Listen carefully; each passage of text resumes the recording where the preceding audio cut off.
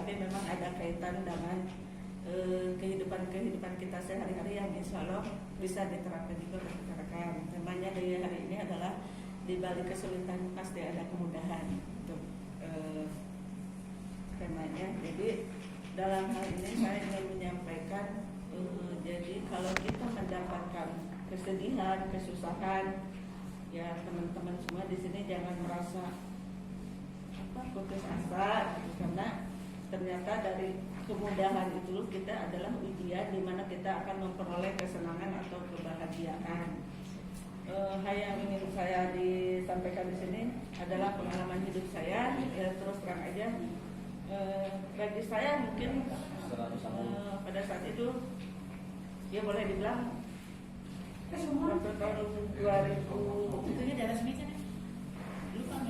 2011 saya pada saat itu terus terang aja dari kabin sosial dimutasi ke Kecamatan Cibatu, dan di situ memang ada pengalaman yang sangat menyakitkan, boleh dibilang merasa dibuang. Tapi saya orang yang biasa menerima dan tidak protes, karena saya terus terang berkomitmen jadi PNS saat itu bahwa kita menandatangani materai ya Mbak ya 3.000 bahwa kita bersedia ditempatkan di mana saja. Itu komitmen itu saya benar-benar saya pegang, dan saya selalu berpikir kalaupun saya dimutasi bahwa itu memang anggaplah itu penilaian pimpinan. Jadi pimpinan lebih tahu lah mungkin potensi saya ataupun apalah. Cuman karena saat itu memang ada permasalahan yang sebetulnya bukan saya gitu, bukan saya pelakunya lah kalau dibilang, tapi saya yang kena efeknya. Nah dari situ akhirnya saya pindah ke Cibatu, tapi saya biasa, walaupun sakit saya biasa, jangan sampai kesalahan ada di saya lagi. Saya ngantor tidak menjadi putus asa. Dari Ciwareng Cibatu kan cukup jauh gitu, ya kan. Yang kali saya berangkat gitu. Nah pada saat itu terus terang aja sampai saya itu anak saya itu yang sulung, ya terus terang aja dia anaknya memang frontal, dia hobinya berantem lah. Setiap ada picking pasti ujung-ujung berantem sampai pernah satu kali dia berantem itu dia solidaritas picking itu luar biasa kan, tinggi banget gitu anak-anak seumuran gitu ya SMP SMA di Purwakarta itu luar biasa fanatis terhadap picking versi kombat. Justru juga mungkin Dipar merasakan lah. Nah pada saat itu anak saya itu terus terang aja dia tidak melaksanakan pemukulan, tapi dia karena ada bersama dengan temannya melaksanakan pemukulan itu, dan dua anak temannya ini anak dari polisi. Jadi pada saat itu istilahnya saya juga ke bawah-bawah sampai saya juga harus mengeluarkan ya materi lah untuk menanggung biaya perawatan yang korban lah segala macam. Nah dari situ akhirnya saya warning rekikian wae teningali itu juga kemana tiba barang. Akhirnya saya pindah ke Cibatu. Saya dari SMA 3 saya kamu lihat itu. Akhirnya saya simpan di rumah dinas di Kecamatan Cibatu karena rumah itu kan kosong. Nah, saya sektor, saya temui.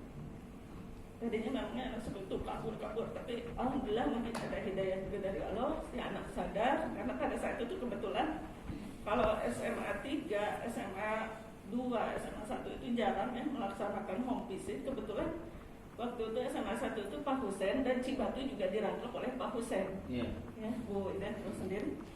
Di situ Pak Husen itu memang memperlakukan anak-anak Cibatu itu apa yang diterapkan di SMA 1 di kota diterapkan di sana kan. Jadi pada saat anak saya malas-malasan itu sampai anak saya itu memang nggak nakal kalau bolos, nggak keluyuran, dia tidurnya luar biasa, susah banget bangunin itu. Nah akhirnya sampai gurunya mau asal kemana? Nah, ada Pak, ada di mana? Ada di rumah Pak. Akhirnya guru-gurunya bagus, Pak, bergiliran.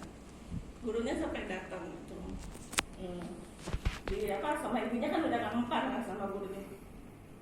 Kasep bangun gitu. Nah, akhirnya kan dia bangun, pas bangun ternyata gurunya kan dia kaget ya. Oh, sekolah. Buka kasep sekolah. Dia kaget pas ada gurunya. Nah, akhirnya anak itu bangun, pas mau mandi juga udah kamu gosok gigi aja, udah masuk sekolah. Nah dari kejadian itu alhamdulillah dia ada rasa malu, macam ada perubahan gitu. Nah kebetulan ya ini Wide sama-sama saya di Cibatu 4 tahun. Ya terus terang aja kita banyak nongkrong di warung ya, namanya kerja di kecamatan itu Pak Komaran juga tahu sendiri ya, Pak Komaran ya, kita sebagai sekcam ya ada banyak kegiatan, kita pasti sibuk, kalau pada saat enggak. Nah kebetulan di Cibatu itu ada kebun karet di belakang kantor itu Pak. Nah ya iseng-iseng lah gitu, anak kan suka dibawa gitu, apalagi yang kecil pasti ke sana kemari saya bawa gitu. Saya bawa tembakan karena waktu luangnya banyak banget, jadi pada saat ditebang kebun karet saya simpan botol aqua yang meureun jelema frustasi benernya boleh, tapi kudu ngalampiaskeun ka saha dan curhat ke satu. Saya terus terang aja dengan siapapun banyak curiganya karena kejadian seperti itu gitu. Saya kok banyak ya yang namanya apa orang menikung di belakang itu seperti itu gitu. Kita merasa baik, kita kurang saja ngapa-ngapain, ternyata kan kok saya didolimi juga gitu dari situ. Belajar nembak lah di situ. Padahal hanya dilangin gitu. Nah kebetulan dari Perbakti juga waktu itu kan ya butuh tenaga perempuan. Akhirnya saya jadi pengurus di situ. Terus saya sebetulnya saya tadi tidak mau ngajak anak-anak saya pada saat di Perbakti. Yang namanya senjata itu, satu senjata itu nilainya waktu itu 60 juta apa. Dan pasti itu modal gede lah, makanya menembak disebut eksklusif kan, orang-orang tertentu gitu. Cuman pas lihat anak saya tuh hobi gitu, nembak aqua itu burung gitu, saya aja berburu babi hutan juga suka. Nah pas lama-lama saya berpikir kayak yang dulu kakaknya pengen berkuda juga kan mahal, anak senang berkuda juga, saya nggak bisa. Akhirnya pas itu ya udah, saya kan sebagai pengurus juga, apa salahnya anak saya masuk lah, atau mungkin giliran lah senjata bisa gitu. Nah akhirnya saya masukkan di Perbakti. Tantangannya banyak Bu, luar biasa di sana, karena memang kita berebutan senjata juga Pak. Tapi alhamdulillah sebulan dari situ anak saya itu yang kecil sudah langsung juara ketiga kejurnas di Kalimantan. Dan itu pun kalau tahu terus terang aja, saya dapat beli tiket aja dari urunan orang kades di Cibatu, terus terang aja.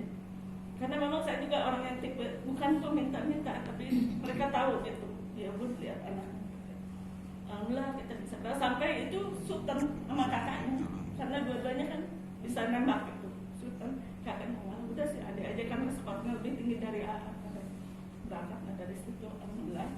Nah setelah dari Kalimantan, alhamdulillah juara di Porda dia dapat medali perak, Kalimantan kejurnas dapat medali perunggu, di Porda dapat medali perak, dan di PON dapat medali emas gitu. Itu hikmahnya luar biasa. Tapi yang namanya ujian itu nggak ada putusnya bah di situ, karena setelah jadi juara di sana senjata pun diambil bah. Padahal kita udah tingkat nasional dari sini. Ini maksudnya anak yang mau potensinya lagi enak-enaknya, ya Allah, dan ini ujian apa lagi gitu, karena ditariknya juga gitu. Nah akhirnya saya meminta rekomendasi apa, permohonan lah ke Koni Jabar, karena di Purwakarta anak saya sudah tidak dipersenjatai lagi. Saya minta dari sana, kebetulan dari Koni Jabar alhamdulillah mau meminjamkan. Nah dari situ anak alhamdulillah dengan pinjaman itu bukannya surut, tapi dia makin tertantang, karena yang kecil itu tipenya kan tipe pendiam, dia mau ditanya mah dengan lingkungan juga sama, di rumah juga kalau kita kadangnya nggak terlalu gitu. Akhirnya dari situ dia ya prestasinya bisa lebih besar. Dia dari setelah PON itu dia langsung ke Jepang, Argentina, Korea Selatan, Changwon, Beijing, Doha, Tajikistan, Ukraina. Dia dengan biaya dari pemerintah, alhamdulillah saya tidak keluar rupiah. Nah saya berpikirnya dari sekarang, menditinggalkannya matanya. Banyak yang orang mengira hidup saya itu senang, padahal itu proses gitu. Barangkali mungkin di sana kalau ada istilahnya boleh dibilang wabasi sobirin, barang siapa yang sabar, insya Allah di situ akan mendapatkan kebahagiaan. Jadi rasa sedih saya itu akhirnya terbalaskan gitu.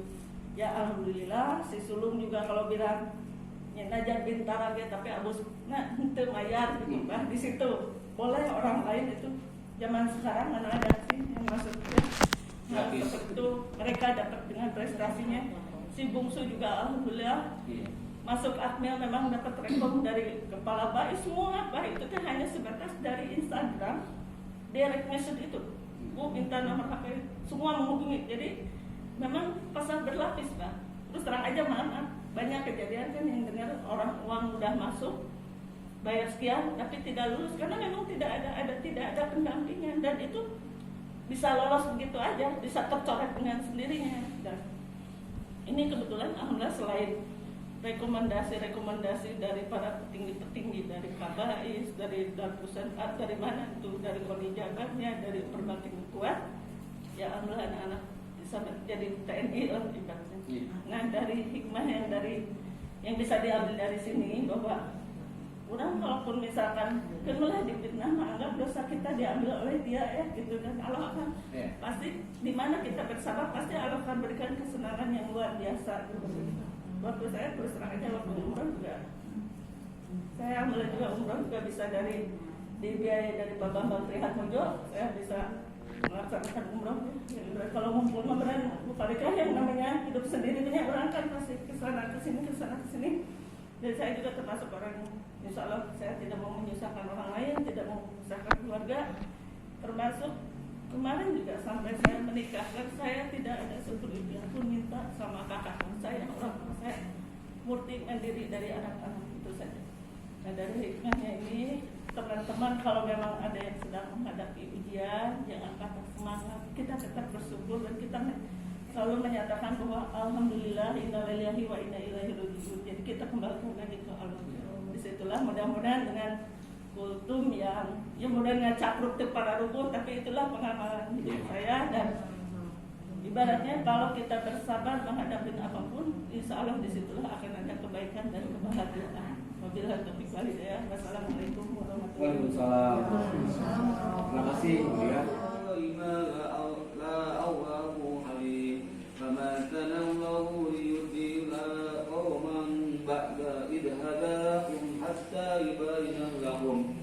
حتى يبين لهم ما يتقون إن الله بكل شيء عليم إن الله وضاقت عليهم أنفسهم وظنوا